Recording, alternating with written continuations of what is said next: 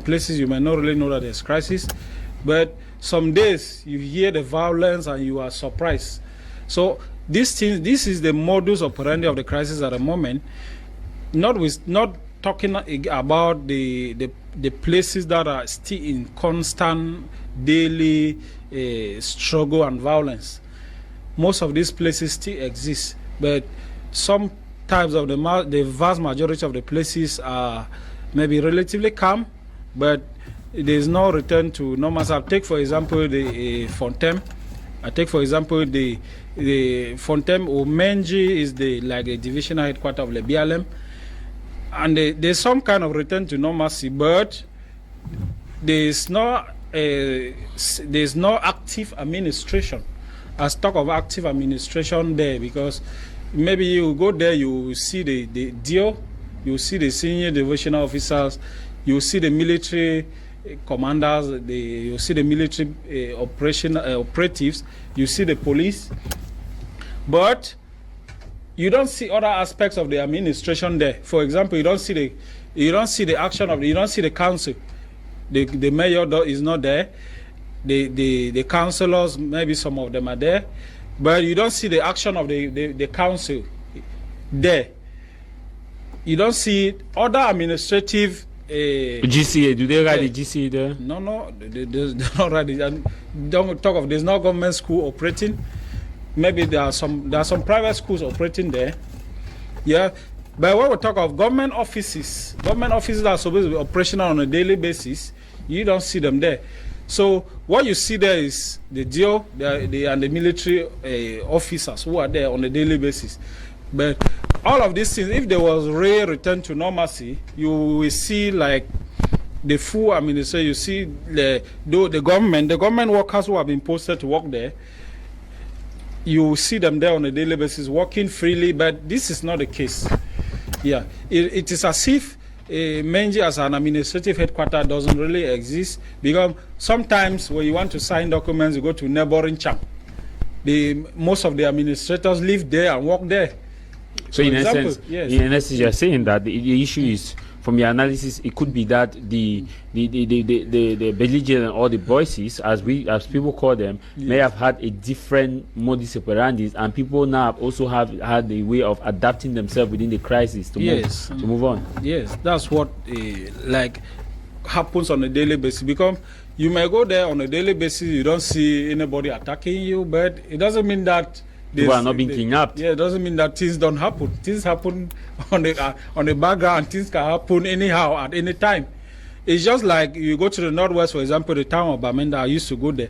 Sometimes you may just be in an area, things are calm. You may just be drinking. In the next second, things just change. Yeah, I've been to Bamenda just 3 weeks ago. That's the atmosphere on ground. You may even go to Bamenda, you're surprised that you're kidnapped within the town without you knowing. Somebody may just come with a bar and they tell you to climb. And they just show you a gun. These are the things that happen on a daily basis. Okay. But we give the greater blame to the government in that they were supposed to embrace genuine solutions to this problem. We are not here to...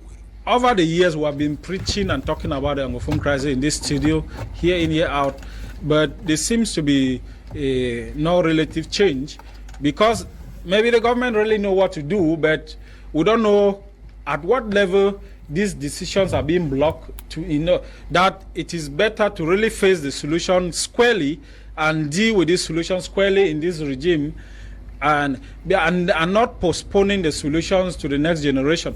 Because what we are facing today is a problem that were created in the past and then pushed to the next generation. We are facing it today. And the regime at hand, or the government in place today, is like trying to postpone the solution to this problem to the next generation, which may escalate to a different level. That is a different... The fear of the unknown. A fear of the unknown. Now, actually, it rain for ground zero. Now, some of these people will tell you all these things, but La République du Cameroon colonial administrators will tell you that the situation is under control, that everything has returned to normal. But you hear people who are civil society activists, people who belong to, or people who know exactly the nooks and crannies of the ground, people who walk around, get information, first class, first hand information, not baked, not cosmetic and fabricated stories from Atanganji and his crook gang in Yaoundé, not fabricated stories from the high quarters of the evil dark area of La République du Cameroon, telling you situation on the ground. Meanwhile, it is otherwise. My dear people, fellow Ambazonians, this particular update is actually some of those realities that people live with them. And La République du Cameroon and her agents, they will come out and tell you that everything has returned to normal. There is normalcy. There is no amber. Or there is no this. But why can they not go on with their activities? They themselves, they know the truth. They will tell you all sort of stories. You know why? Because they want to satisfy Yaoundé. Because they want to continuously benefit from taxpayers' money. They want to complete their job. So the master should know that everything is actually returning to normal. Meanwhile, it's all cooked up stories and blatant lies.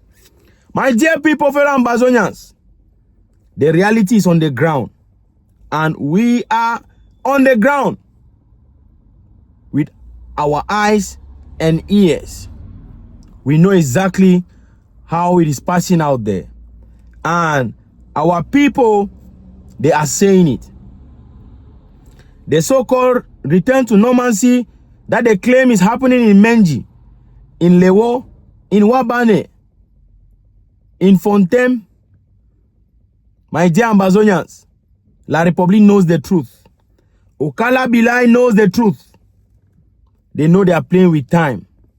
They want to do everything to play with time. Thank God for our population who understand this game, who understand this madness that they are doing.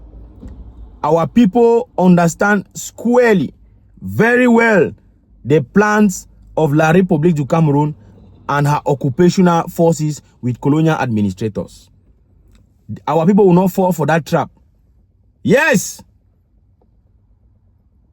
There are only offices with La République du Cameroon barracks. Barracks that are concentrated torture centers. We have many of these in Lebialem, but there are no offices that offer social amenity to the people. Yes, of course, we have more bee camps in Lebialem than hospitals. Of course, we have more bee camps in Lebialem than hospitals. Who are they fooling? Who do they think they are fooling? They want to intensify the occupation of our land. We don't need La République. We don't need you. Carry your institution and go with them. Even after milking, even after getting our natural resources, you still cannot even do anything for our people. We don't need La République du Cameroon in our land. Thank you, the civilian population. Now, write our comment section. Thank you, the people of Lebialem. They will try and do everything. It's only La République's colonial DO office, colonial SDO office, you know, all these things. Colonial, all these so-called whatsoever. Only those structures are there. Where are structures to give social amenity to the people? Guys, I'll see you again in our next update. Thank you for watching. And Ambazonians, we shall overcome. Write down the comment section. We shall overcome. Thank you. Thank you. The continual fear of the unknown for ground. Now, he make La République, they go gaga. Now, why that way, a kelebe, then they work on an inside amoka. They know if you work our food again. A kelebe, they know if you go shoot off at Chombo has chop 7:30. Ekelebe they no fit ever try am again because it's not business as usual. Yes. Now in that, na ground zero that. Thank you very much.